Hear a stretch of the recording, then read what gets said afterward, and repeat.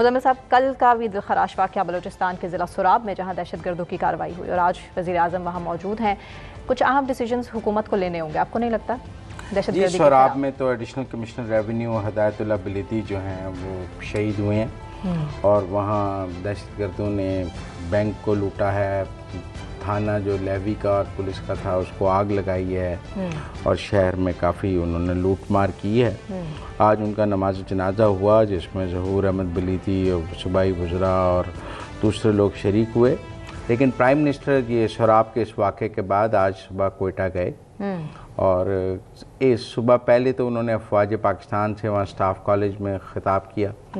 اور ابھی شام میں انہوں نے وہاں پر ایک گرینڈ جرگے سے خطاب کیا جس میں فوجی افسران بھی تھے اور بلوچستان کے تمام سردار اور مشران وغیرہ موجود تھے۔ میرے خیال میں ایک اتفاق رائے پیدا کرنے کی کوشش ہے اور اس جرگے کی آپ نے تو اور ہم نے تو صرف وزیر اعظم کی تقریر سنی، لیکن یہاں پہ تمام سرداروں نے اور مشران نے اپنی اپنی بات کی، army chief, corps commander Quetta سب موجود تھے، سب نے بات کی، سوال جواب ہوئے۔ جو ایک جرگے کا طریقہ ہے کہ اس میں سب بات کرتے ہیں، تو یہ جرگہ تھا تو اس میں سب نے بات کی۔ جو ہم نے وزیر اعظم کا خطاب سنا اس میں ایک طرف تو انہوں نے یہ ضرور کہا کہ دہشت گردی کے خلاف جو ہے وہ ایکشن ہونا چاہیے اور اس ایکشن کی بات ہوئی، لیکن ساتھ ساتھ انہوں نے کہا پٹری سے جو لوگ بھٹک گئے ہیں انہیں واپس لانے کی بھی بات کی گئی۔ تو اس کا مطلب ہے کچھ سرداروں نے یہ بھی کہا کہ جو لوگ بھٹک گئے ہیں یا جو ہیں تو ان کو ناراض کو منانے والی بات مجھے ان کی تقریر سے کچھ اینگل یہ بھی نظر آیا کہ آج شاید وہاں یہ بات بھی ہوئی ہے کہ کیرٹ اینڈ سٹک کے طور پہ کچھ ناراض کو منانے والی بات بھی کریں اور ڈائیلاگ سے ہی حالات کو سچویشن کو نارملائز کیا جا سکتا ہے، ایکشن بھی کریں۔ آپ کو یاد ہے آرمی چیف نے جب اوورسیز کنونشن میں کہا تھا کہ یہ 1500 لوگ جو ہیں یہ بلوچستان کو ہم سے الگ تو نہیں کر سکتے اور ہم ان کو ماریں گے،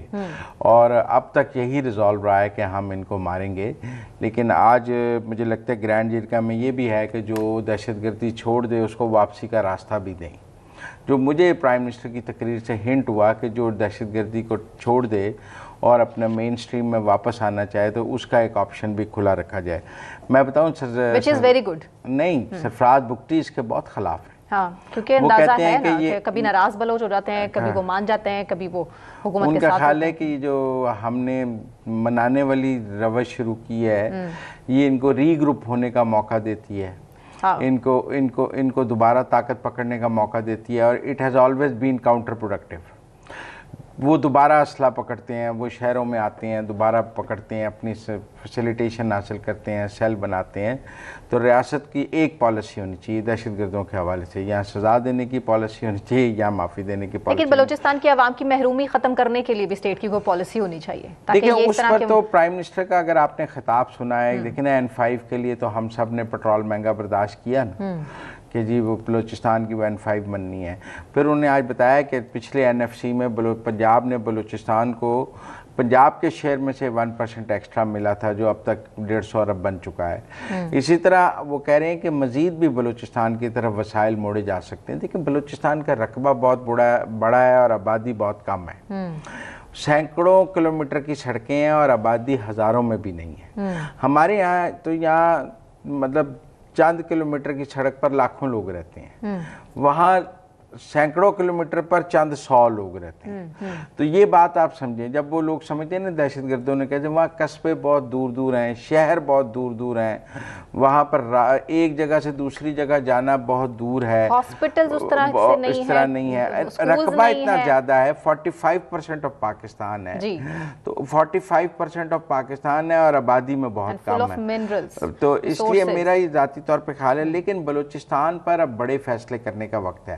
یہ پہلی دفعہ نہیں ہے کہ وزیر اعظم اور آرمی چیف وہاں گئے ہیں، اس سے پہلے بھی جو واقعات ہوئے ہیں دہشت گردی کے اس کے فوراً بعد وزیر اعظم اور آرمی چیف کوئٹہ بلوچستان بار بار جاتے ہیں۔ وہاں پر جو وسائل چاہیے بلوچستان حکومت کو دہشت گردی سے نپٹنے کے لیے، وہاں افواج پاکستان کو دہشت گردی سے نپٹنے کے لیے جو وسائل چاہیے وہ دیے جا رہے ہیں، اور مجھے لگتا ہے کہ یہ ٹائم ٹیکنگ معاملہ ہے۔ آپ راتوں رات دہشت گردی ختم نہیں کر سکتے ہیں، ایک دفعہ یہ دہشت گردی جڑ پکڑ لے تو اس کو ختم کرنے میں یقیناً وقت لگتا ہے۔ یہ کسی ملک کے پاس بھی جادو کی چھڑی نہیں ہوتی کہ وہ صبح چھڑی گھمائے گا اور دہشت گردی کا سارا نیٹ ورک ختم ہو جائے گا. یہ بننے میں بھی وقت لگتا ہے اور یہ ختم ہونے میں بھی وقت لگتا ہے.